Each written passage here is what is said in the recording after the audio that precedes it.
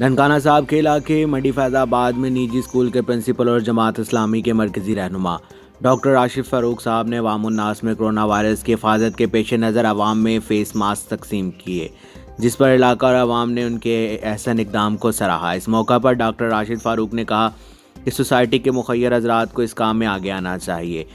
इसी तरह के इक़दाम करके हम गरीब आवाम को कोरोना से महफूज रख सकते हैं। मज़ीद जानते हैं हमारे नुमाइंदे सज्जाद हुसैन कैसरानी की रिपोर्ट में।